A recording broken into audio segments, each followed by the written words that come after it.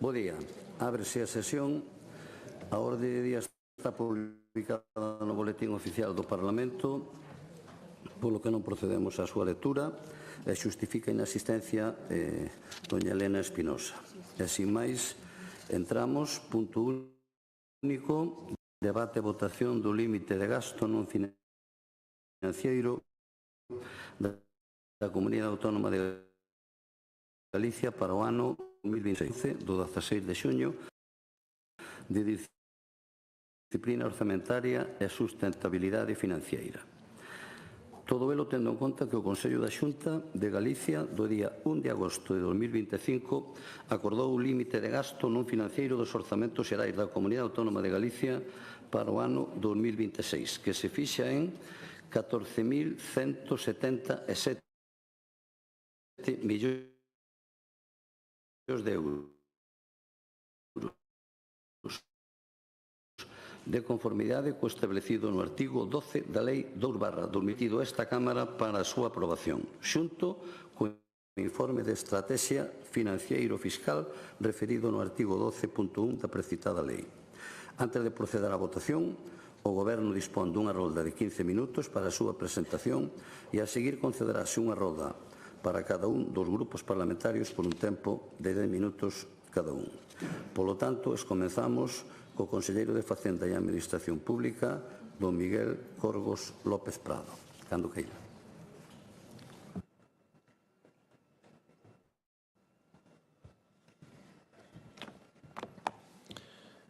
Moitas grazas, presidente. Bos días, señorías. Comparezo hoxe perante o Pleno do Parlamento para presentar o límite de gasto non financeiro para o ano 26, aprobado pasado venres polo Consello da Xunta de Galicia en cumprimento do artigo 12 da Lei de Disciplina Orzamentaria e Sustentabilidade Financeira de Galicia. Un ano máis, quero salientar que Galicia foi pioneira en dotarse deste instrumento de disciplina orzamentaria por unha lei, co que xa son 15 anos os que levamos debatendo o límite de gasto nesta Cámara. Ademais, cun valor engadido a outras comunidades autónomas, pois a nosa normativa non só prevé a aprobación do teito de gasto por parte do Executivo, senón que prevé tamén o seu debate no Parlamento, trámite no que estamos agora mesmo. Señorías, como ben saben, o límite de gasto non financeiro é un instrumento que permite establecer a contía máxima do orzamento para o vindeiro exercicio. Compre aquí lembrar que dende o ano 24 as regras fiscais da Unión Europea buscan canalizar as finanzas dos Estados membros cara a niveis sostibles de débeda e ter marxe para fronte a eventos desfavorables que poidan acontecer nun futuro. A prioridade é controlar o nivel de débeda a través dun único indicador operativo, o gasto primario neto financiado a nivel nacional. Vamos, os fondos propios autonómicos que coñecemos todos.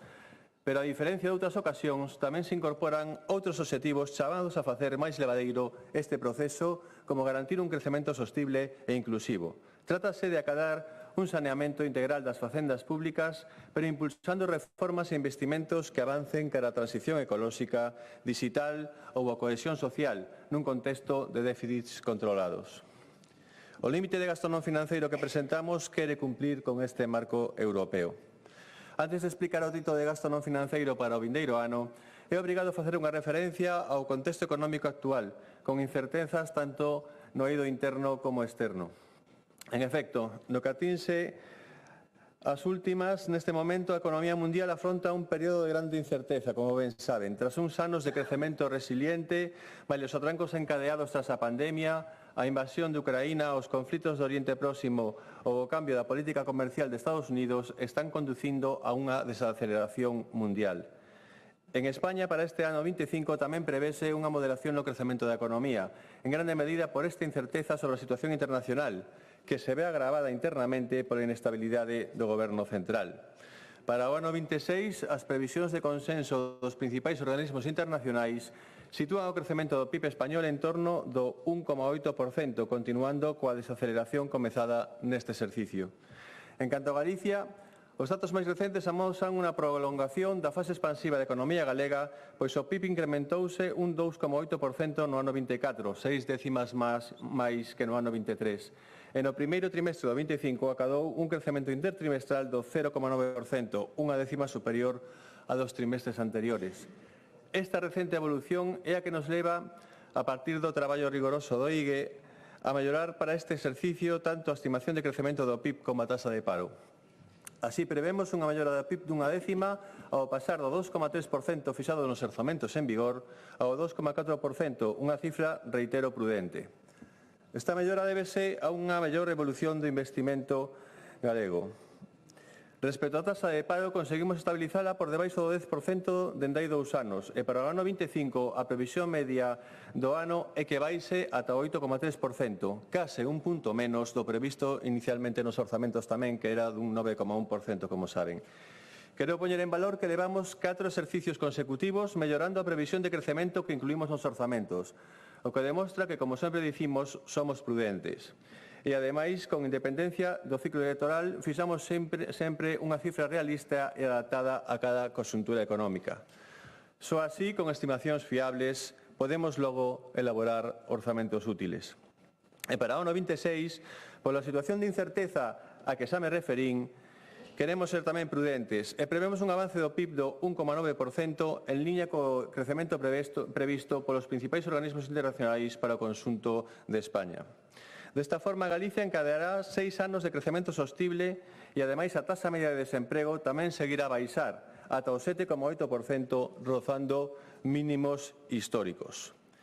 Señorías, o primeiro que quero poñer en valor é que o Goberno galego pode aprobar este teito de gasto non financeiro, porque temos estabilidade e somos previsibles, o que nos permite cumprir en tempo e forma cos prazos legais previstos.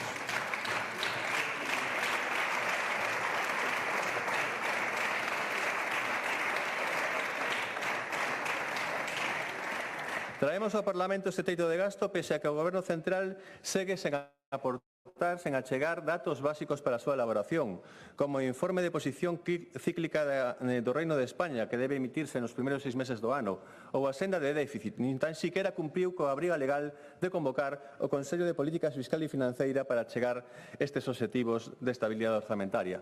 Pero, señorías, o Goberno galego sí que cumpre cos seus prazos e, pese a esta sistemática grave falla de cumprimento das normas de gobernanza financeira do Goberno central, aprobamos nos prazos legais o límite de gasto non financeiro. Na Xunta cumprimos e illamos de novo a Galicia da inestabilidade política, financeira e de gobernanza na que ten sumido o Goberno central a España. En Galicia levamos xa máis dun mes traballando nas contas para o ano 26 e hoxe damos un paso máis no ciclo orzamentario. Mentres que o Goberno de España aínda está cos orzamentos do ano 23 prorrogados 2 anos, renunciando a presentar as contas, pese a que é unha obriga constitucional, na nosa comunidade autónoma avanzamos, como dicía, cara ao orzamento do 26. Esta estabilidade, responsabilidade e sentidiño apunta que Galicia manteña un crecemento sostido cunha mellor evolución media que España na pospandemia, cun diferencial de 2,1 puntos de maior crecemento agardado para o 2026 dende o ano 2019. Que Galicia está en condicións de medrar este ano máis do dobre que a zona euro, 2,4% frente a un 0,9%, e medio punto máis no 26, 1,9% fronte a 1,4%. E que Galicia reduza de xeito importante a taxa de paro, coa previsión de situarse por debaixo do 8%, en concreto o 7,8% de media para o ano 26.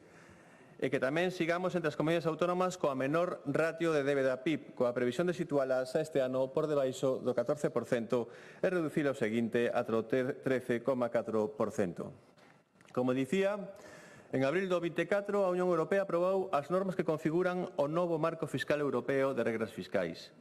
En outubro do ano pasado, o Goberno de España presentou o seu plan de axuste fiscal a medio prazo por superar os limiares de débeda, sen debate nas Cortes e sen consulta nin información previa nin ás comunidades autónomas nin á propia AIREF.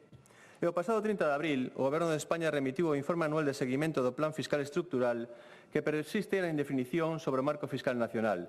Non hai obxectivos específicos para os distintos niveis de administracións, nin anuais, nin plurianuais, tal e como advirte a AIREF. De feito, o novo marco, conformado por 2 regulamentos e unha directiva, aínda non foi traspasado á normativa nacional. Tampouco se consultou nin informou, como dicía antes, sobre o alcance da taxa de referencia do gasto comunicada pola Comisión Europea a España, nin a proposta polo Goberno de España en resposta, ni moito menos a súa repercusión para os gobernos autonómicos. Quero lembrar que o Goberno galego sí que demandou estes aspectos nos últimos plenos do Consello de Política Fiscal e Financeira. Desta forma, a normativa vixente aplicable ás comunidades autónomas é a regra de gasto nacional que difire da nova regra europea agora aprobada. Señorías, neste escenario e con todos estes atrancos foi no que tivemos que realizar os nosos cálculos. Ao feito do pouco tempo que tivemos dende que se nos comunicaron os recursos do Sistema de Financiamento Autonómico para o ano 26, únese que as cifras viñan cunha certa trampa, pois sinalan un crecemento de case un 7%, cando en realidade, pola aplicación da antedita regla de gasto, Galicia só poderá dedicar a metade deste aumento a gasto non financeiro, é dicir, ao financiamento do gasto ordinario dos servizos públicos. Neste senso, o Goberno central non pode facer o dobre xogo de trasladar que o Goberno galego pode dispoñer de máis recursos e ao tempo mandar un requerimento á Xunta, como que mandou o pasado 4 de xuño, por incumprir a regla de gasto do ano 24, instando a enviar unha senda de gasto asustada á tasa de referencia. O Goberno galego, insisto, non comparte os criterios de definición da regra de gasto. De feito, a aplicación da mesma taxa a todas as comunidades autónomas xera importantes situacións de desigualdade, porque non todas soubemos manter a solvencia das nosas finanzas, nin todas soubemos mantemos os mesmos niveis de gasto por habitante. Non é casualidade daquela que 13 comunidades autónomas incumprisen esta regra no ano 24.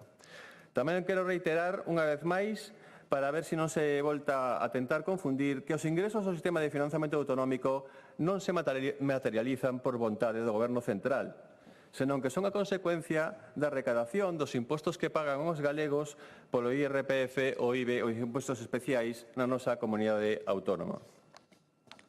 O que tería que facer o Goberno, en vez de tentar confundir e deixar de xogar co financiamento das comunidades autónomas, achegando os recursos precisos cada ano. Este ano tardou 7 meses en actualizar as entregas a conta do ano 25 e a súa proposta de financiamento singular pon en risco os fondos de nivelación que favorecen agora a nosa comunidade autónoma, malla que de xeito insuficiente. E isto sí que ten importantes custes financeiros para Galicia. Por tanto, neste escenario, o Goberno galego esgota toda a capacidade de gasto legal que ten e aproveita os restantes recursos para reducir o endebedamento neto. Deste xeito, para o ano 26, combinamos a maior capacidade de gasto da nosa historia cunha reducción do endebedamento, mellorando aínda máis a solvencia da comunidade autónoma. Señorías, pasemos agora ás cifras concretas.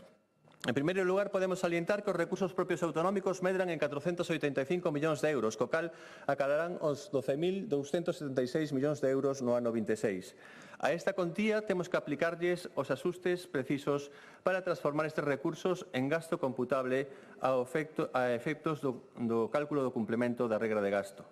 E, como dicía antes, esgotamos este límite. Acadamos o límite de 3,5% no presente teito de gasto computable o máximo permitido. Neste senso, reitero, do casi 7% que incrementan as achegas do sistema de financiamento en Galicia, só se poderán adicar a gasto productivo e a reforzar servizos públicos aproximadamente a metade, o 3,5% pola aplicación da devandita regra. Unha regra que, insisto, non está adaptada ás normas europeas, xa que se definen de forma diferente e que non se ten consensuada coas comunidades autónomas unha vez rematado o período de cláusula de salvaguarda no ano 24.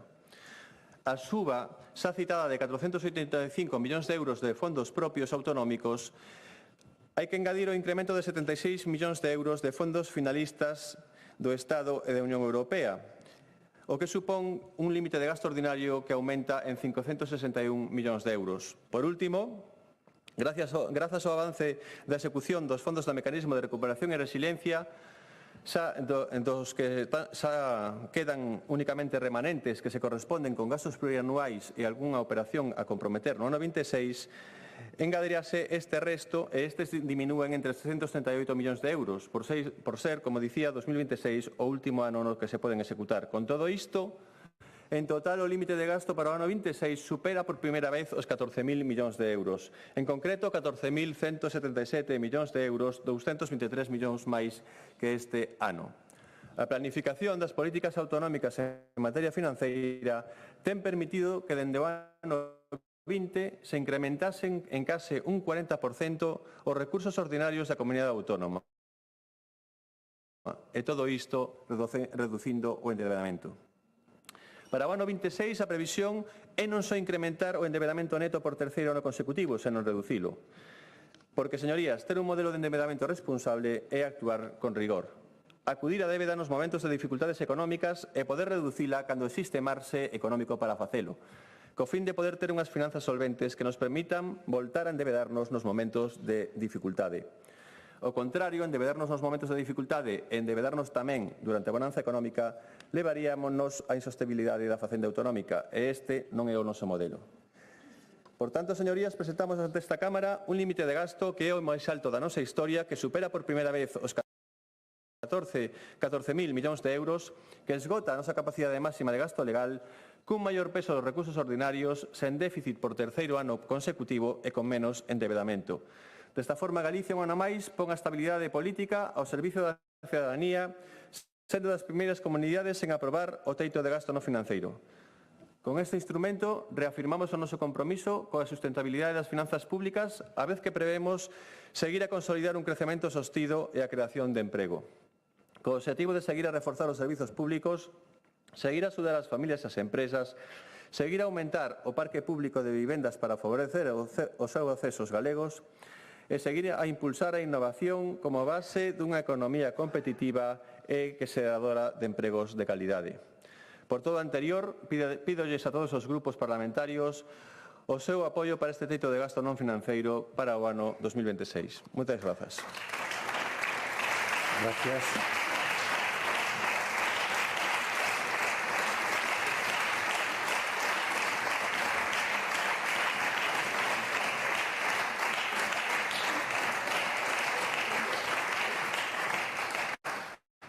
Grupo Parlamentario Mixto, señor Ojea.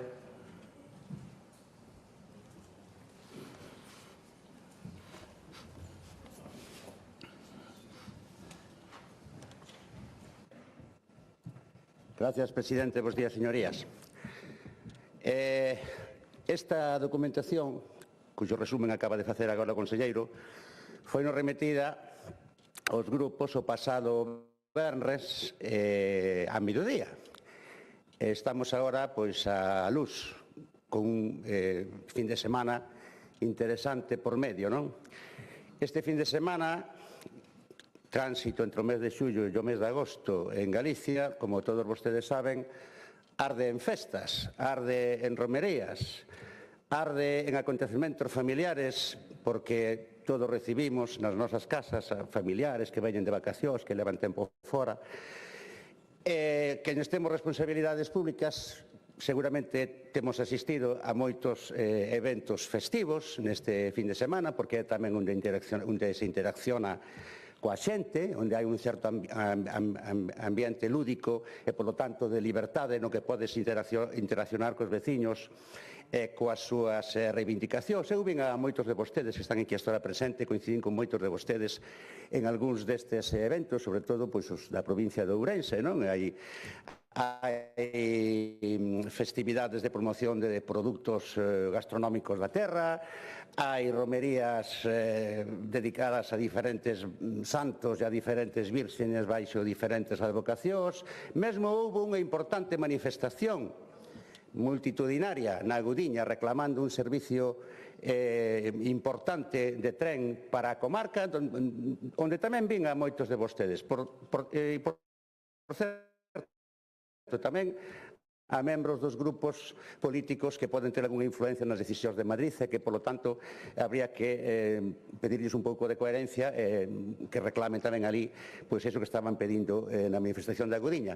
Quero dicir con isto que a verdade é que houve pouco tempo pois para analizar toda esta documentación, non? Parece bastante lógico. Eu non sei, eu parime a pensar se o señor conselleiro e o seu equipo elaboraron este traballo en 2 días, porque se a nós, os diputados, nos dan 2 días mediando, como dixen antes, as datas singulares que median entre o vernes pasado e hoxe luz, non? Se a nós nos dá 2 días para analizar esta documentación complexa, cabe supoñer que el lle dedicou tamén máis ou menos 2 días. O sea, unha magnitud de tempo comparable, non? Porque, claro, sería bastante, non sei, sería bastante abusivo que el e o seu equipo lle dedicaran, ao mellor, a elaboración deste informe un mes, ou 15 días, ou 2 meses, e que despois nos den a nós un fin de semana polo medio para analizalo. Tamén cabe outra posibilidade. Cabe a posibilidade de que o Executivo pois non crea realmente no legislativo, porque eu entendo que esta falta vou a calificar de falta de respeto, despois vamos a ver se pode ser así ou pode ser por outro motivo. É unha falta de respeto ao legislativo. Xa non aos grupos de oposición, ao legislativo. É o Executivo que fai unha proposta o vernes pasado a 1 da tarde, unha proposta ao legislativo, porque tamén os membros do Partido Popular, os diputados do Partido Popular forman parte desta Cámara e forman parte do legislativo. Entonces, eu non sei se o Executivo pensa desa maneira. Mira, o legislativo é un trámite innecesario. Estamos criticando que en Madrid o Executivo pois tamén parece querer puentear o legislativo, pois aquí estamos tamén facendo, ou se estáse facendo, ou interpreto que se está facendo máis ou menos o mesmo. A verdade é que non é normal que dispoñamos, ainda dispoñendo dun fin de semana normal, que non sea festivo, que non sea período estival, que non sea de tantas romerías populares, interpretaron os informes nos que hai derivadas, aos que estudiaron por letras non sei como fan para entender o derivada de un cociente, derivada del numerador por el denominador sin derivar e todo eso, sumatorias, diagramas polares. O lóxico sería que tuéramos que recurrir tamén a profesionais, a asesorías económicas, asesorías empresariais, profesionais que nos axudasen a entender eso, pero claro, ese tampouco traballan no fin de semana, dígallo vostedes a unha empresa en período estival, unha empresa que se dedica a esta clase de cousas, asesores empresariais, asesores económicos, que lle axuden a interpretar esta cuestión un fin de semana entre xullo e agosto, e que faga traballar os seus empleados para iso, normal. Que podes datos que lle tiñan que enviar desde Madrid ou desde Europa, bueno, pois díganolo. Díganolo que somos persoas adultas, pero non nos digan hai que traballar en fin de semana. Mire, están falando con unha persoa que durante moitos anos traballou os fins de semana no Brao a tope. Bueno, por a miña condición de músico, xa se imagina. Verbenas, festas, sesións vermús, a mí non me falen do que é traballar en fin de semana no Brao, que lle podo decir que teño bastante experiencia deso. A mí non se me caen os anillos por eso, de traballar no fin de semana no Brao, pero esa non é a cuestión. Tamén, outro argumento que esgrimiu o Partido Popular foi que xa se fixo así outra vez. E como xa se fixo outra vez así, agora está justificado facelo outra vez. Falacia antigua. Como se dicía en latín? Falacia de antigüedade, non? Falacia ad antiquitam ou algo así. Sabe o señor Ferro que sabe latín, que, por certo, hai unha falacia de autoridade tamén por dicir un latín, parece que por dicir un latín ten máis categoría. Bueno, é igual, quero dicir que non é argumento decir que xa se fixo así outra vez, porque claro, o ano que ven, agora xa contan con 2 veces, van dicir, xa se fixo así outra vez e outra. Xa esta xa terceira, entón xa dice un proverbio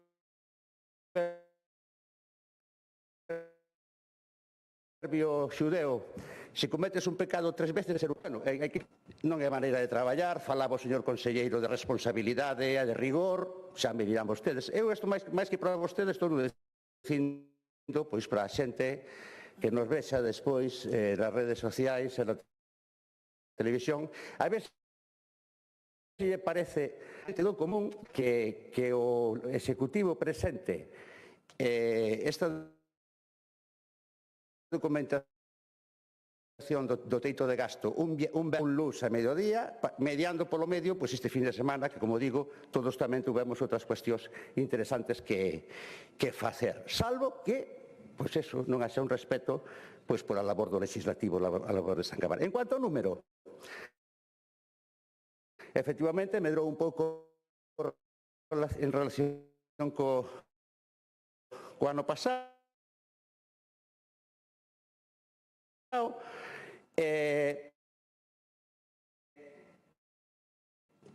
Seguramente ia ser máis, e así foi factores, non? En determinada xurden a cifra, 14.177 millóns de euros. Factor intenso, a eficacia coa que se gasten, que é casi o que máis nos pode interesar a nós. É moito ou é pouco? Depende se se gastan con eficacia, se se gastan con sentidiño e se se gastan priorizando o que se debe priorizar. Por exemplo, pois sabemos como está o tema da sanidade e priorizando tamén a veces a discriminación territorial positiva que como ten que suceder, por exemplo, na provincia de Ourense. Se se gastase con eficacia e con rigor e con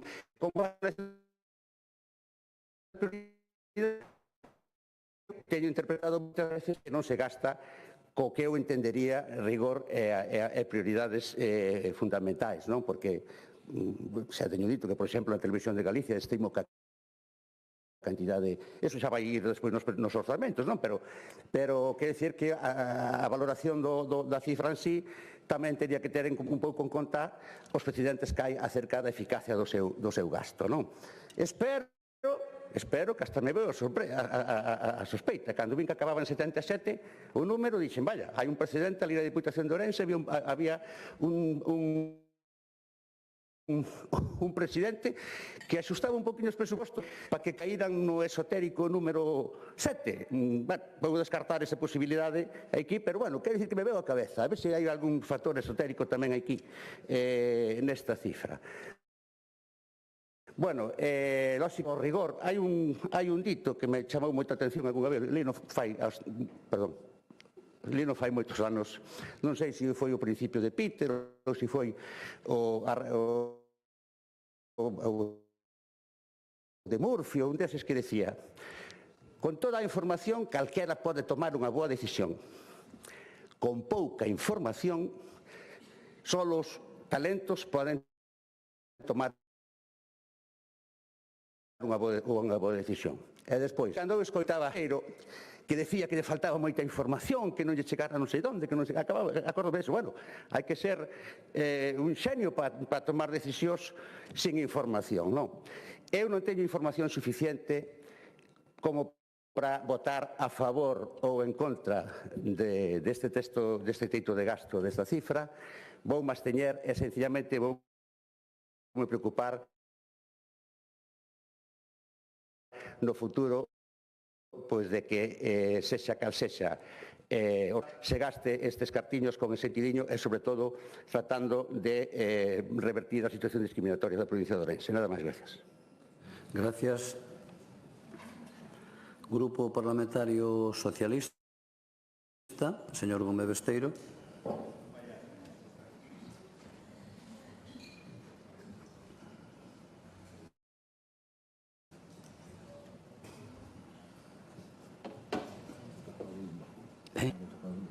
Anda armado, non va? Bueno.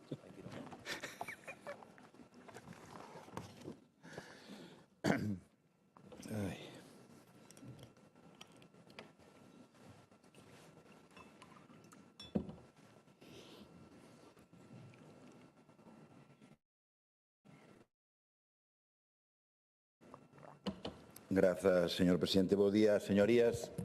Mal, pero hoxe me gustaría decir bo día, Alfonso Rueda, bo día, presidente da Xunta, porque pensei que no momento histórico que vivimos, onde está habendo un debate importante, creo que nosotros debemos participar nel, e aquí en sede parlamentaria, eu creo que algo que demostraría unha autoritas, máis que unha potestas, unha autoritas, sería que hoxe nesta tribuna estuvera o presidente da Xunta falando por todo o mundo sobre o ordenamento autonómico, sobre a condonación da débeda, en definitiva, durante este ano. E insisto, creo que sería unha boa forma de que conocéramos da voz propia do presidente da Xunta cal é a súa posición, cal é o seu modelo de financiamento, que coincidirán comigo en que efectivamente eso condiciona e moi moito as contas públicas do noso país e o futuro do noso país. Digo porque como estábamos acostumbrados a que durante estes días anduveramos, permita máis expresión, que non é en tono peyorativo, zascandileando polo resto de España, falando en contra dun modelo de financiamento cal é lexítimo, efectivamente non estar de acordo con el, si estaría ben que en Galicia e para Galicia, aquí en sede parlamentaria, se falara efectivamente de cal é o seu modelo de financiamento para coñecelos todos. E poder discutilo. e poder discutilo en Galicia e para Galicia. Recoñezo que tiña esa esperanza de que hoxe fose vostede quen falar aquí, por certo, como dicía antes, sin tempo límite, pero non houbo esa suerte. E a pregunta entón é se ten o presidente da Xunta algo máis que decir que criticar a outras comunidades, en especial a Cataluña, ou se ese é todo o seu proxecto financiero en relación co financiamento autonómico. Ten unha proposta alternativa ou o seu proxecto solamente é un proxecto de confrontación? Porque cando falamos de recursos públicos, falamos do que verdadeiramente importa, do que nos importa a inmensa maioría dos galegos e das galegas. Falamos da vivenda para a mocidade, dos centros de saúde, das escolas en toda Galicia, e por certo con persoal suficiente, dos cuidados dos nosos maiores, en definitiva da vida real, do que está en xogo día a día. E por iso é tan grave o que está a facer o Partido Popular na Xunta. Traen vostedes aquí hoxe para a súa aprobación un teito de gasto que nos últimos anos a veces cumplen e a veces non. Isto é como os cumprimentos de padrón, uns pican e outros non. Pois co teito de gasto estamos igual, unhas veces se cumple e outras non. Digámolo con total claridade, vostedes xestionan mal. Ese mito que vostedes alentan coa propaganda é un verdadeiro bulo, e así o dicen os informes oficiais, non o di o Partido Socialista, o din os organismos independentes fiscalizadores, o Consello de Contas, a Autoridade Independente de Responsabilidade Fiscal. Este último acaba de recriminarlle á Xunta de Galicia que triplique o gasto permitido por lei sen que supoña melloras para Galicia e poñendo en risco o saneamento das contas públicas. Por certo, tamén se lle advirten sobre os efectos perniciosos das súas medidas fiscais para o ano 24, na deste ano 25 e para o ano 26. Porque os seus agasallos fiscais, para os que máis teñen, provocan a perda de recursos para Galicia. Galicia ten recursos, pero o Partido Popular da Xunta non sabe nin quere aproveitalos para fortalecer o noso país. Só lle serve para establecer o que xa se chama como bono goberno. Cada problema, un bono. Cada crise, unha propaganda. Este ano tocou cos 2,5 millóns de o bono peixe, supostamente para impulsar a industria pesqueira, aínda que dende que vostedes gobernan, a caída do consumo do peixe está cifrada en torno a un 25%. Mentras tanto, este ano devolven 23 millóns de euros destinados á educación infantil, 10 veces máis. Só porque non nos podían derivar a educación infantil privada. E para o ano 2026, pois teremos que agardar os meses para conocer cales son os novos bonos do Goberno da Xunta de Galicia. Que non xestionan é unha evidencia. E algúns feitos creo que son absolutamente sangrantes. Non executan os fondos europeos, son 51,3%, a metade, esquecéndose das dúas provincias da Galicia interior, de Lugo e de Ourense. Non gastan os fondos para investir en vivenda. Galicia é a segunda comunidade autónoma con peores índices de execución dos fondos destinados a corrixir os desequilibrios económicos territoriais. E o máis grave, nin no ano 22, nin no ano 23, provincias como Lugo e Ourense recibiron ningún solo euro. 0 euros. E iso é abandonar a Galicia que máis o necesita. Galicia nunca tuvo tantos recursos, máis de 11.000 millóns que acaban de ser transferidos polo Goberno Central do Estado, grazas a unha boa xestión económica dun goberno progresista que vostedes levan ano negando. Nada máis e nada menos cun 40% máis do que fixo o Partido Popular cando estaba nas responsabilidades do Goberno do Estado. 40% máis. Pero a realidade é outra. Galicia podería ter aínda máis recursos, pero vostedes simplemente non queren. Non quixeron aceptar a condonación da débeda por importe de 4.010 millóns de euros, un terzo da débeda creada polos seus gobernos. Unha condonación que, grazas á proposta socialista, vai moito máis alá do que pedían calquera dos grupos parlamentarios desta Cámara. Unha condonación que non solamente alivia a débeda, sino que é o verdadeiro quilómetro cero da financiación autonómica no noso país, con criterios como da aprobación axustada que teñen en conta a realidade do noso territorio. E saben por que non aceptaron? Porque non se trata de Galicia. Trátase de obedecer a estrategia de Alberto Núñez Feijóo en Madrid, aínda que eso supuña que Galicia perda e que perdamos cartos e oportunidades. O Goberno da Xunta xa non actúa pensando en Galicia, senón en clave absolutamente partidista. E esa é a verdadeira realidade. Pasa cos fondos europeos, pasa cos fondos de vivenda, pasa coa educación e pasa tamén aquí ca financiación autonómica. Por tanto, insisto, pedimos ao presidente da Xunta no seu día que viñera a esta comparecencia e que o fixera aquí en sede parlamentaria para defender cal é o proxecto que ten o Goberno e o Partido Popular para o noso país e, por certo, para o resto do Estado tamén. Creemos que non é menor ese debate, que é clave e que marca cos recursos que Galicia vai a ter para garantir servicios públicos, para que haxa máis persoal sanitario en Burela, para que haxa máis persoal de apoio en Carballo, para que haxa unha residencia da terceira idade en Petín, ou para que os tempos de espera en materia de dependencia disminuyan e moito.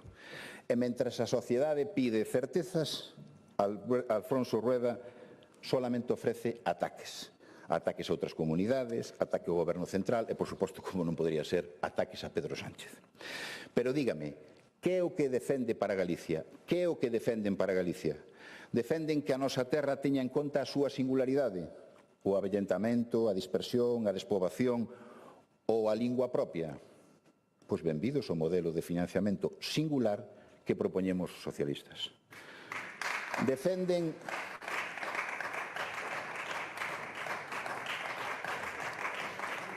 que a financiación sexa suficiente para blindar os dereitos da cidadanía en sanidade, educación, vivenda ou dependencia, vivan onde vivan. Pois benvidos ao modelo de financiamento singular e suficiente que defendemos os socialistas. Defenden que Galicia teña acceso aos fondos de solidariedade xerados por outras comunidades con máis riqueza. Pois benvidos ao modelo de financiamento singular, suficiente e solidario que defendemos os e as socialistas. Defenden que Galicia teña máis capacidade fiscal, máis autonomía para decidir como xestionar os seus recursos. Aí xa non. Eso xa non o defenden. Non, eso definitivamente non. Porque o Partido Popular fuxe da corresponsabilidade fiscal. Porque vostedes queren gastar, pero non queren recaudar. Vostedes non queren gobernar con responsabilidade. Queren gobernar con excusas. Ese é o fin do seu proxecto. E é absurdo e infantil instalarse na queixa permanente e na rabieta constante. Abandonen uns e outros os discursos baleiros e simplistas, nin os que están en contra de todo, sen propoñer nada, nin os que falan dun concerto económico co que Galicia perde. Quen ten posicións claras e defende con argumentos está lóxicamente exposto a críticas, como non, pero que non serve de nada é criticar sin achegar propostas reais.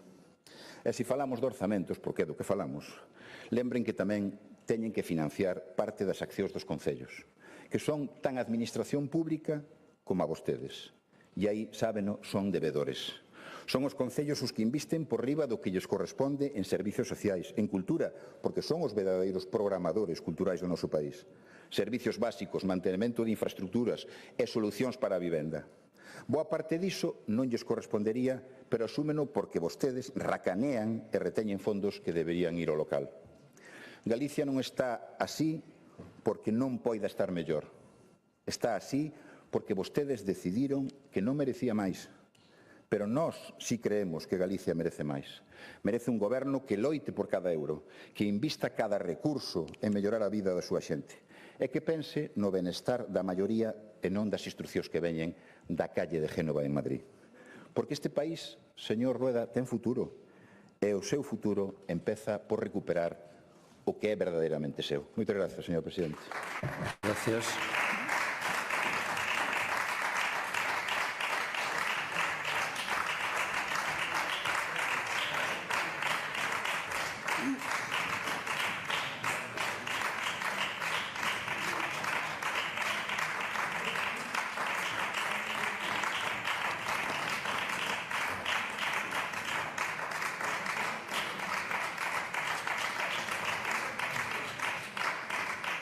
Grupo Parlamentario do Bloque Nacionalista Galego, señora Presas.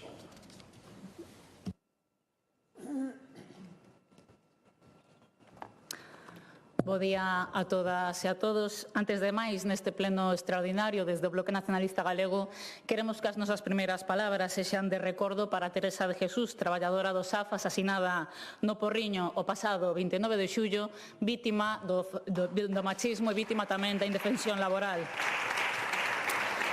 O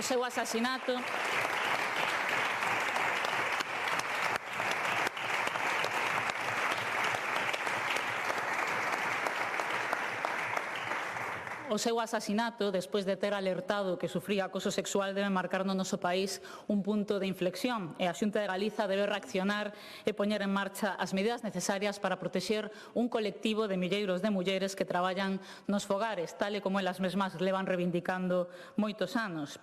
E tamén, falando de violencia machista e aproveitando que por fin o señor Rueda acabou a súa roda de prensa coa que contraprogramou este pleno e xa nos honra coa súa presenza, temos que dicirlle que seguimos esperando que desautoricen e que cesen tanto o señor director xeral Barba de violencia machista como a súa conselleira responsable por esa irresponsabilidade de alegacións que foron asinadas de puño e letra polo goberno galego nas que se responsabiliza as mulleres de sufrir violencia machista e nas que se frivoliza coa sensibilización como se non fora importante.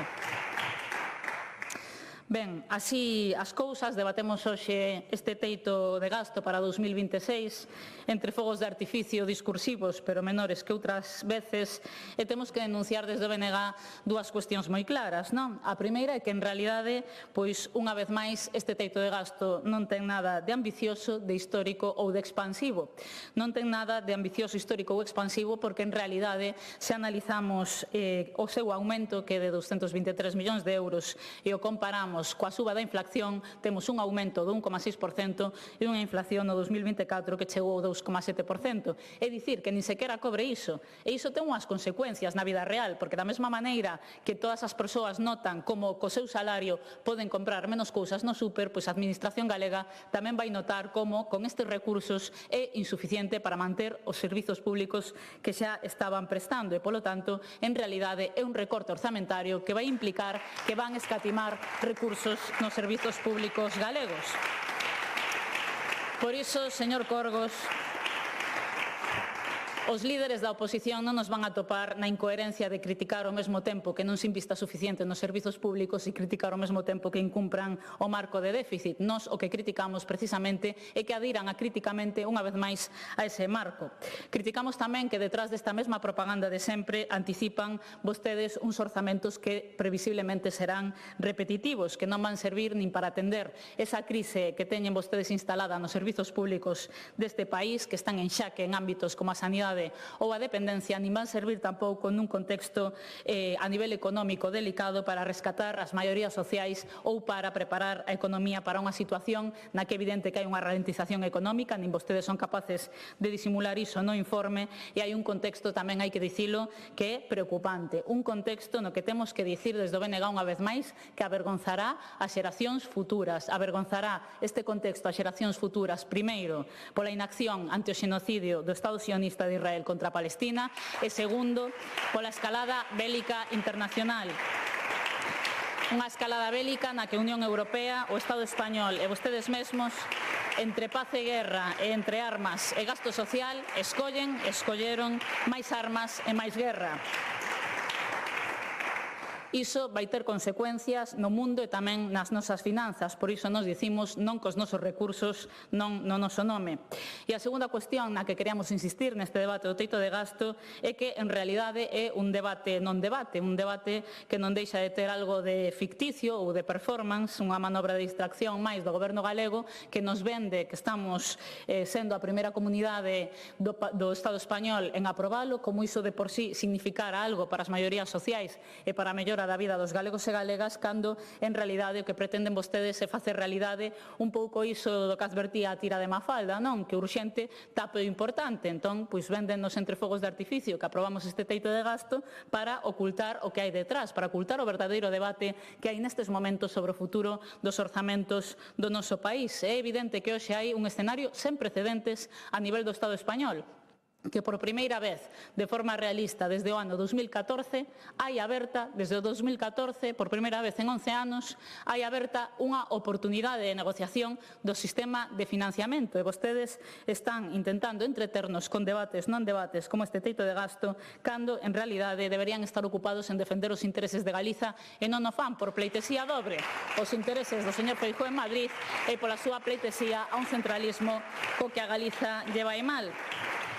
E temos que recordar unha vez máis que o teito de gasto é un instrumento, señor Corgos, vostede sabe perfectamente, absolutamente perverso, porque para comezar temos un límite absolutamente centralista e injusto que unha vez máis outorga máis capacidade de gasto o Estado cando somos nós, cando é Galiza, quen ten que soportar as competencias máis importantes para a vida dos galegos e galegas e tamén as máis custosas. Claro que, ao fin e ao cabo, isto o goberno do señor Rueda pouco lle importa porque, aínda cos recursos que temos, esfórzase en escatimar recursos para os ámbitos máis importantes. Dous titulares a modo de exemplo.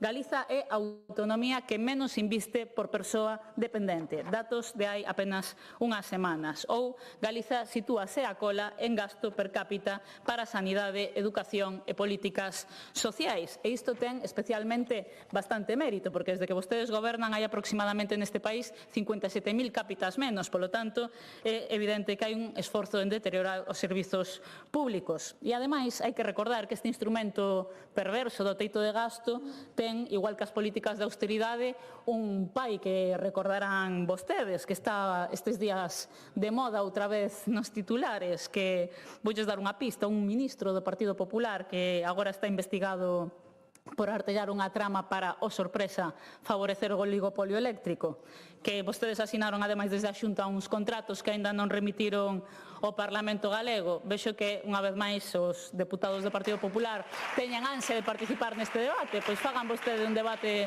con máis participación.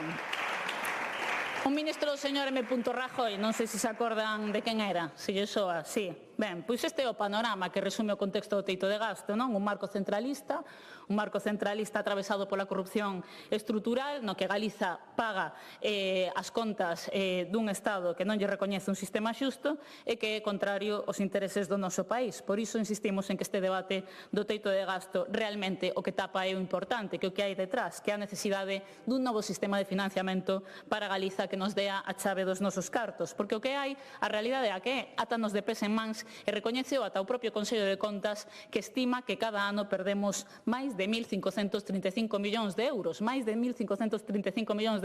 que foi o que teñen previsto gastar vostedes en todo o 2025 para un ámbito tan importante como a Consellería de Política Social. Polo tanto, nos agradeceríamos que, no lugar de vanagloriarse por traer este teito de gasto a este debate non debate parlamentario, pois que se centraran no importante, que debater un novo sistema para Galiza, e centrarse en dúas negociacións que son clave. Primeiro, esa quita da débeda que conseguiu o BNG e que vostedes non están aceptando, e segundo, un cambio de modelo acorde con o noso estatus de nación, que nos permita asumir un autogoberno real e que nos permita recadar os nosos impostos, porque máis alá dun teito de gasto negativo, o que temos tamén é unha política económica negativa, unha política económica que se vai acompañar das deficiencias que sinala reiteradamente o Consello de Contas tamén nos informes das últimas semanas, e que se vai acompañar dunha política fiscal que é lesiva para este país, porque estamos nun contexto no que se van retirar fondos europeos que se estiveron aplicando extraordinariamente, nun contexto no que vai baixar a financiación europea, que tamén está en negociación nestas últimas semanas e que nos se advertimos que son un mazazo para este país. E que fai a Xunta? Pois manter unha política fiscal que permite que perdamos cada ano máis de 500 millóns de euros para favorecer sectores económicos que non necesitan ser axudados no lugar de ter eses recursos para nós. Máis alá de que os futuros orzamentos previsiblemente pois serán orzamentos outra vez absolutamente irreais, que a máis mínima serán modificados ademais para pervertir o sentido original. Levan vostedes nos 6 meses dos que temos datos de 2025 máis de 20 millóns de euros de modificacións orzamentarias para derivar recursos da pública a privada, detraeron vostedes máis de 17 millóns de euros do SAF para destinalo a outras cuestións no lugar de axudar os concellos deste país, e así un longo etcétera.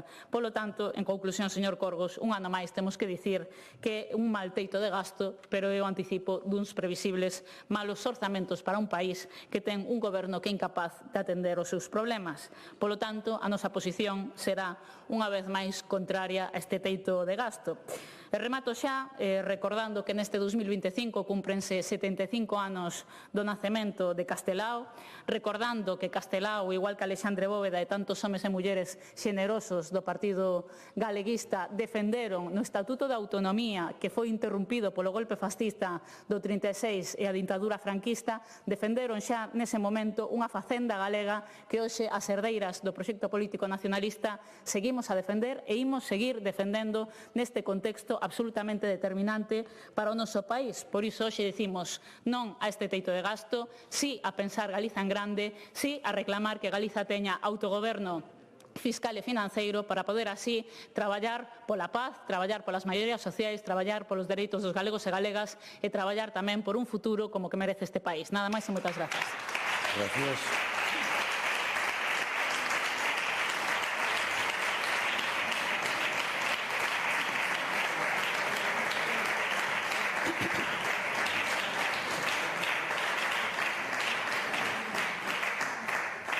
Grupo Parlamentario Popular, señor Pazos Couñago.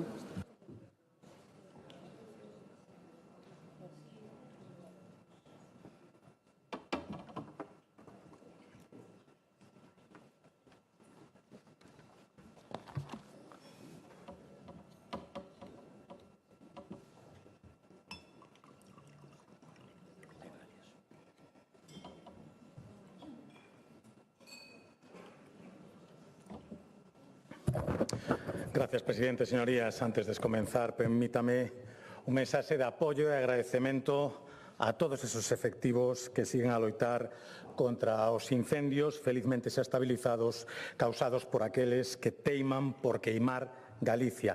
Gracias polo traballo, gracias polo compromiso a todos esos traballadores que están a salvar a Galicia dos incendiarios.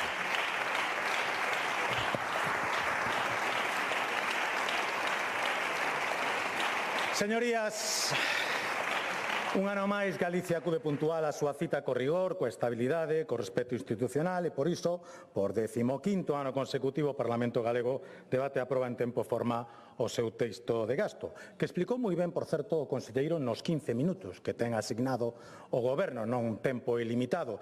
Supoño que o señor Besteiro, que xa vai chegando, estaba tan ocupado en pedir que este ano comparecera a explicalo o señor Rueda que se o esqueceu que vostede non participou neste mismo debate o ano pasado. Pasa tan pouco tempo aquí que xa non se acorda nin do que fai. Pero miren, a pesares da incomodidade que os datos obxectivos xeran na oposición, Galicia voltará neste 2026 a ter o teito de gasto máis alto da súa historia, 14.177 millóns de euros para seguir consolidando e continuar ampliando o mellor e máis amplo estado de benestar que os galegos xa máis teñan disfrutado. Pero quero ser xusto e facer tamén un agradecemento á oposición, porque sen dúbida son a oposición máis apocalíptica, ceniza, desnortada e cínica da historia do noso autogoberno. E recoñécelles que non era sinxelo. O mesmo goberno galego que leva 14 teitos de gasto e 16 orzamentos consecutivos cumprindo estritamente a legalidade volta a cumprir este ano. E ademais cumpre sendo consecuente cos escasos datos que facilita o goberno de España. E a pesares disto tan só merece a crítica máis despiadada da oposición. E na mentras, esa mesma oposición sostén e aplaude a un goberno nacional anegado de corrupción, políticamente paralizado e incapaz de cumplir as súas mínimas obrigas constitucionais. Están vostedes tentando convencernos de que este goberno moribundo vai agotar a legislatura, cando a pregunta que nos estamos facendo os españois é se esta legislatura, ao menos orzamentariamente, vai comenzar nalgún momento. Seguimos cos orzamentos da anterior legislatura. Os orzamentos que están en vigor en España foron aprobados en novembro de 2022 e veñen aquí a sacar peito. É inaudito, señor Besteiro, é inaudito. E que ven a presumir vostede, ven a presumir da xestión do señor Sánchez. Mire, fai apenas 8 meses os socialistas presumían nesta Cámara, en sesión plenaria, de que a, cito, abro aspas, influente publicación inglesa de Economist elixe España como a mellor economía da OCDE de 2024. The Economist esta semana. El presidente del Gobierno debería asumir la responsabilidad y dimitir. No existe una razón de peso para que continúe en el cargo. El crecimiento económico en España comenzó antes de su mandato y se debe más a las reformas de su predecesor conservador, Mariano Rajoy, que a las suyas. E así pasou Economist, de influente publicación a máquina do fango. En un só artigo, señorías. Fantástico. Pero mire, mentras España permanece na maior das incertezas políticas, Galicia está a crecer de maneira sólida e sustentable, fruto da planificación rigurosa dun goberno que leva máis de 3 lustros antepoñendo os intereses dos galegos ao interés particular ou partidista. Cando o cómodo era endebedarse sen límite, Galicia apostou por un aumento moderado da débeda, o menor aumento de toda España. Cando outros apostaban por un asfixiante aumento da presión fiscal, Galicia baixaba impostos para aliviar a presión fiscal de familias e para favorecer o emprendemento. Galicia leva 15 anos sementando confianza na súa economía, pero mentres os galegos recollen os froitos desa confianza, a oposición adica os seus esforzos a inventar argumentos para o seu eterno non a todo. Mire, primeira excusa deste ano non é moi novedosa. Non tivemos tempo para estudiar a documentación. O señor Ojea pedía ao mesmo tempo que lle dedicaran vostedes. Señor Ojea, eu creo que Castelao dedicou máis tempo a escribir sempre en Galicia que vostede a leelo, pero, home, digo eu que iso non invalidará, verdad, o argumento que estamos a utilizar hoxe. Eso sí, foi vostede máis consecuente que o BNG, que despois de decir que non tiñan tempo para estudiar a documentación, anunciaron un rotundo non a este teito de gasto 24 horas antes de que se celebrara o pleno de hoxe. Un sorpresón inesperado, por outra parte. Pero, vencida a sorpresa, eu creo que temos que reflexionar sobre esta cuestión, este argumento. A ver se despois de máis de 3 lustros dicindo que non a 14 propostas de teito de gasto e a 16 orzamentos da Xunta de Galicia, o motivo non era a discrepancia nin a súa teimuda tendencia ou non, é que non tiveron tempo a estudiar. Será isto ou que cada ano lles costa máis inventar unha excusa para seguir votando que non? A segunda tamén a escoitamos, é que superamos a regla de gasto en 2024. Esa explicou o conselleiro, home. Entre outras cousas, neste país, entre moitas cuestións, a regra non se adopta tendo en conta os intereses de Galicia. Iso é evidente. Tamén lles dá igual que ese aumento se realizara mantendo o equilibrio orzamentario e reducindo significativamente a débeda. Dalles igual. No, vostedes critican que aumentemos a regra de gasto, cando vostedes, por certo, en 2024 pedían modificacións no orzamento para aumentar ese gasto en 467 millóns de euros. É unha cuestión sorprendente. Eu non sei como poden vostedes explicar aos galegos como podemos aumentar o gasto e ser máis ambiciosos e ao mesmo tempo cumprir o límite de gasto. Eu, se as súas señorías socialistas saben xa o segredo de soplar e sorber o tempo, estaría ben que nos compartiran con todos, sobre todo porque este ano o Goberno nos dá un 7% máis de orzamento, é certo, pero só nos limita o gasto nun 3,5%. Señorías, se gastamos máis do permitido, somos malos xestores. Pero se non o facemos, somos pouco ambiciosos. É unha cuestión curiosa o que plantexan vostedes. O bo comportamento da nosa economía non nos pode levar a ignorar que existen riscos que ameazan o futuro económico de Galicia, riscos que pretenden condicionar o porvir deste país mediante decisións tomadas, por certo, sen o concurso lexítimo dos representantes do pobo galego.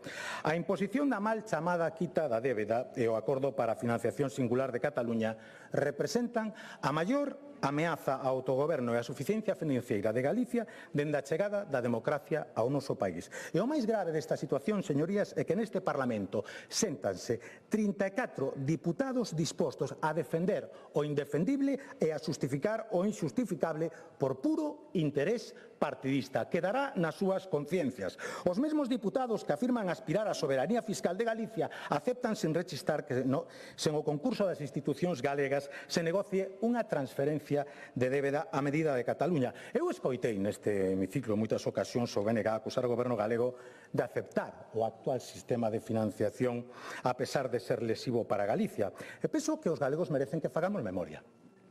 Porque o actual sistema foi froito dun acordo entre o goberno Zapatero e o tripartito catalán, pero tamén é froito dunha chantaxe ás comunidades autónomas. Entonces había que solicitar a incorporación ao novo modelo de financiación, como hoxe hai que solicitar a mutualización da débeda. E se non o solicitabas, ameazaban con manterte a ti a financiación anterior, que aínda era peor que a que se ofrecía, igual que hoxe ameazan con non condonarte nada da débeda. Se aceptas, tragas cunha mutualización feita a medida da comunidade autónoma máis endebedada de España, que Cataluña, e se non aceptas, tragas igual coa mutualización a catalana, pero sin mutualizar nada da débeda galega. Novamente, unha chantaxe dun goberno socialista a Galicia. E novamente, o BNG posicionado ao lado dun goberno socialista que chantaxea a Galicia. Teñen vostedes, señorías do BNG, un cinismo sin límite, que quede ben claro que saiban os galegos. O BNG, o actual BNG, son os cipallos do sanchismo. Non se lles pode calificar doutra maneira, señorías.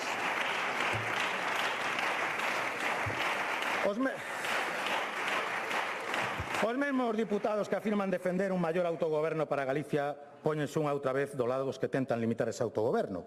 Apoiaron ao goberno que negaba as competencias do litoral, apoiaron ao goberno que nos negaba devolver o IBE non ingresado, apoiaron ao goberno que atacou o dereito sucesorio galego e tamén ao goberno que nos impón un concerto solidario letal para Galicia.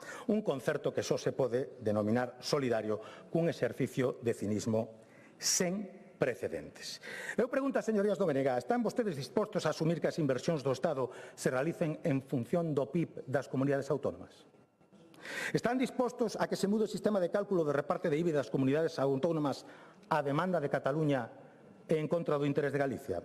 Están vostedes dispostos a que se utilice o principio de ordinalidade, que non é outra cousa que quen máis aporta, máis ten que recibir? Hai que aplicar ese principio tamén nas declaracións dos particulares? Apoiarían vostedes que se aplicase ese principio no reparto de fondos europeos? Están dispostos a asumir que a suposta aportación solidaria que realice Cataluña só chega a aquelas comunidades que acepten manter a mesma presión fiscal que Cataluña e, polo tanto, que renuncien á súa autonomía fiscal? A pregunta que lle ten que responder a algunha das súas señorías aos galegos é por que lles molesta tanto ou ven tan mal que Galicia vexa limitada a súa capacidade para decidir desde Madrid ou desde Bruselas e, en cambio, aceptan sumisamente que sexa outra comunidade autónoma a que decida a fiscalidade de Galicia. Ou son vostedes nacionalistas a tempo parcial ou son vostedes cínicos vocacionais a tempo completo. Dígollo de verdade. Eu creo que os galegos teñen dereito a saber se o BNG acepta isto.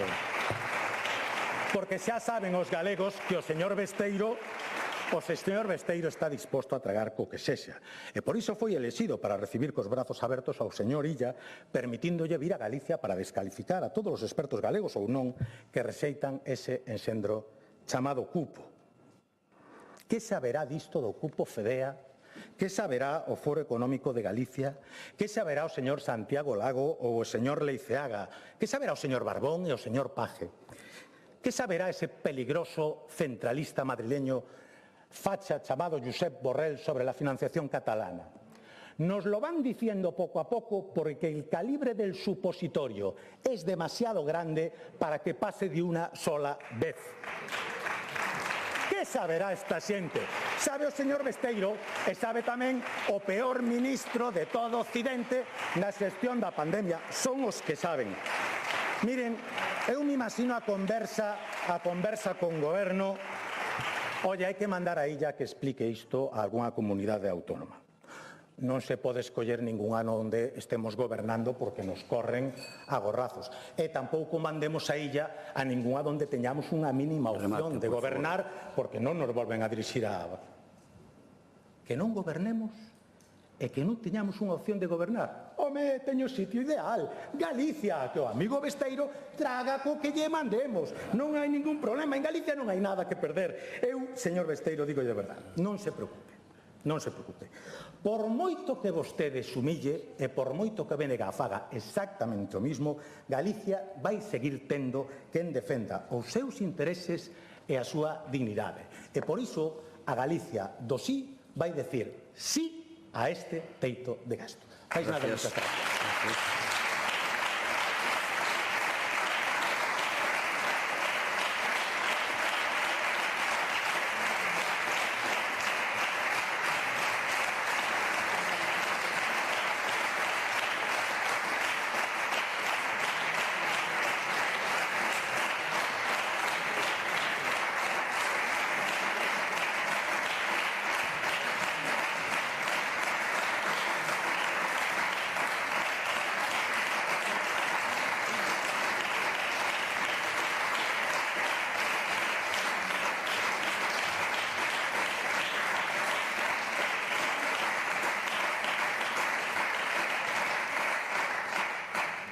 Pois rematado o debate, procedemos á votación do límite de gasto non financeiro dos orzamentos xerais da Comunidade Autónoma de Galicia para o ano 2026. Votamos.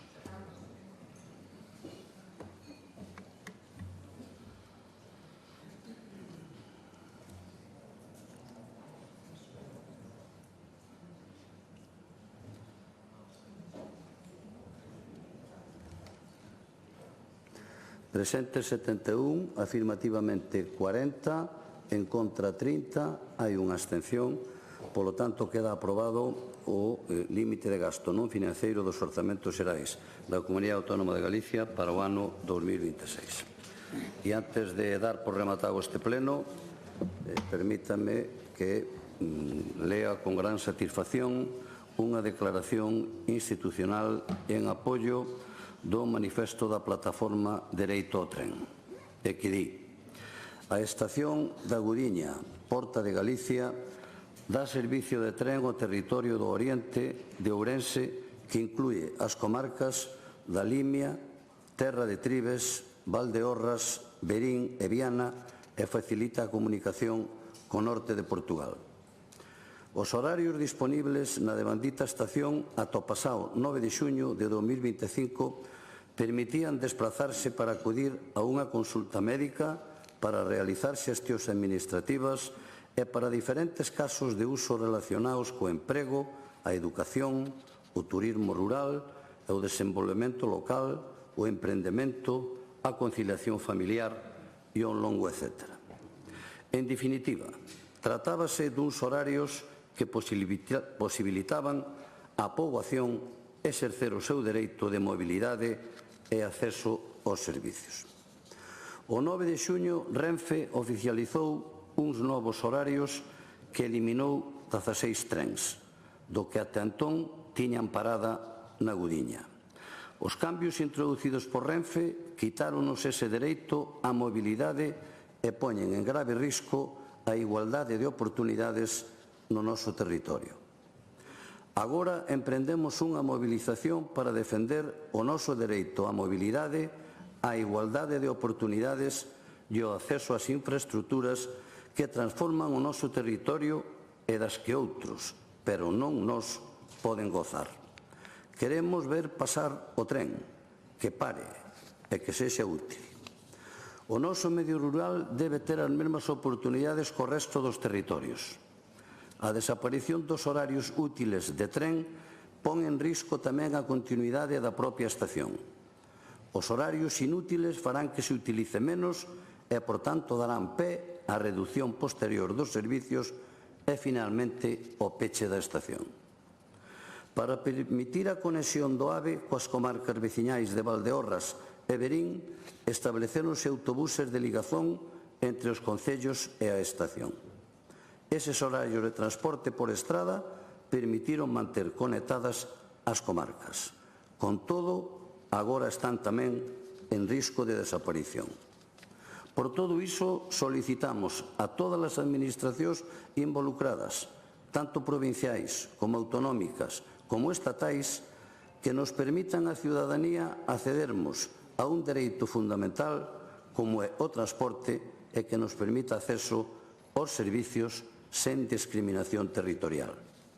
A nosa reivindicación é que a estación Gudiña, Porta de Galicia, conte con horarios útiles para as necesidades que ten a poboación neste territorio en igualdade de condicións con outros territorios e estacións de orixe. Por iso pedimos: 1. A adaptación dos horarios ás necesidades da poboación. 2. Restablecemento das frecuencias eliminadas. 3. Apostar por un servicio público ferroviario e útil. Que así sexa. Gracias.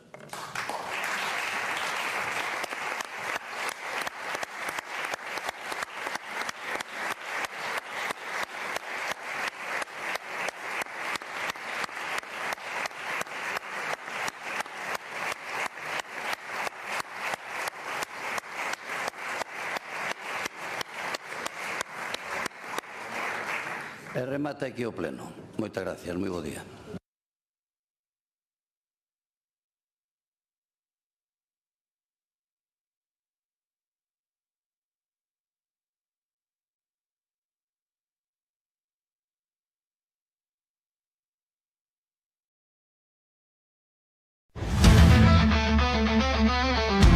Thank